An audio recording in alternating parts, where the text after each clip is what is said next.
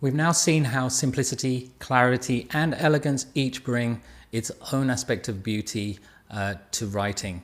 Simplicity, we saw, turns your writing when it's slow and heavy into prose that is lively and punchy. Clarity, we saw, turns hazy and fuzzy writing into prose that's bright and sharp. Elegance, we saw, turns writing that is messy and clunky into writing that's orderly and graceful. So you might ask, what does evocativeness bring to the table? Well, it's really the missing piece of the writing puzzle, the one that completes the picture. See, you can have writing that is punchy, sharp, and elegant, all of those things, but it still might be missing that crackle, that flair, unless it's also evocative. Evocative writing is basically writing that has the power to fire up your imagination or to move you emotionally in some way. In other words, evocativeness is all about writing in a way that is stimulating, in a way that adds flavor or spice to your writing. It could be that it has colorful language, vibrant imagery, or passionate expressiveness, like this passage from a Nabokov novel. The males of the firefly, a small luminous beetle, more like a wandering star than a winged insect, appeared on the first warm black nights of Ardis, one by one, here and there, then in a ghostly multitude, dwindling again to a few individuals as their quest came to its natural end. Now, as you can probably tell, you don't always or necessarily have to have this ingredient of evocativeness for ordinary business writing, for instance. You can come off as professional enough with just simplicity, clarity, and elegance. Yet, evocativeness can add something even to ordinary business writing if you know how to use it properly and in the correct dosage.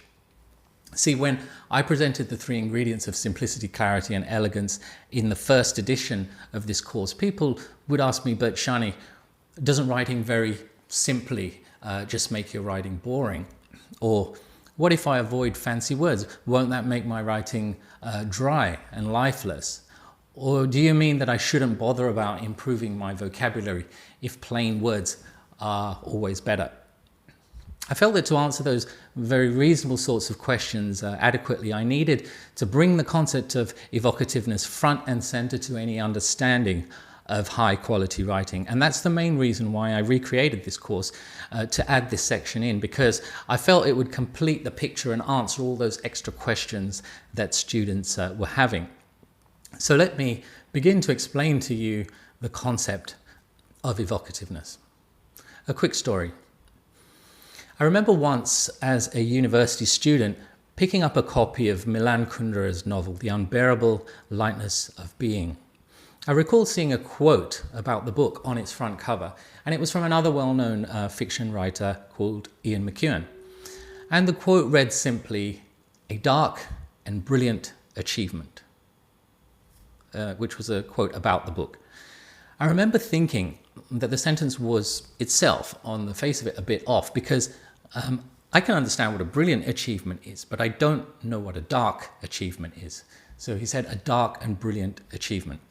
Did McEwan, an accomplished writer, mean to say it in that way, a dark and brilliant achievement? What is a dark achievement anyway? And yet I couldn't deny that there was something wonderfully evocative about the expression, so much so that it has stuck with me ever since those days. It somehow created a feeling of awe and wonder. It made me want to read the novel, perhaps more than if the sentence had been absolutely perfectly grammatical. It showed me that in very rare cases, at least, there might be exceptions even to clarity. And one of those cases, for me at least, is when it's justified by a certain evocativeness that's brought into the writing. I'm not saying go around looking to break principles of clarity for the sake of evocativeness. Usually that won't be necessary, and it's better to make your writing both clear and evocative in most of the contexts that you'll probably be writing in. I'm just showing you how powerful a principle evocativeness can be. Now, remember I showed you earlier a sentence that George Orwell invented to show how horrible abstract language can be.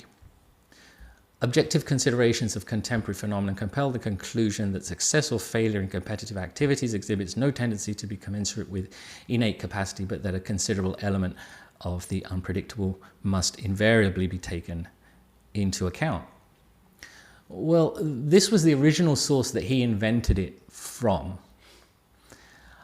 I returned and saw under the sun that the race is not to the swift, nor the battle to the strong, neither yet bread to the wise, nor yet riches to men of understanding, nor yet favour to men of skill, but time and chance happeneth to them all. Now, that may not be a perfectly clear or simple sentence in the way that we normally understand, yet it does trigger imagery and emotion in a way that the first version obviously doesn't. Have you ever looked at lyrics by the rock band REM? Often they appear to have no precise meaning, but they do stoke your imagination and emotions a lot. Like this: sometimes I feel like I can't even sing. I'm very scared for this world, I'm very scared for me. Eviscerate your memory. Here's a scene, you're in the back seat laying down, the windows wrap around to the sound of the travel and the engine. All you hear is time stand still in travel, and feel such peace and absolute, the stillness still that doesn't end but slowly drifts into sleep. The stars are the greatest thing you've ever seen, and they're there for you alone, you are the everything. Do you see what I mean about evocative? Now, when I encourage you to write in an evocative way, I'm not suggesting you go to the extent seen in this example where being clear about your meaning is almost irrelevant. For you, meaning will usually matter greatly, especially if you're writing a report to your boss. But I use these extreme examples just to give you an idea of the direction we're heading in this section. We're going to look at ways that we can bring in elements of evocativeness to enhance your writing in various ways. Things that will take writing beyond just being punchy, sharp, and graceful.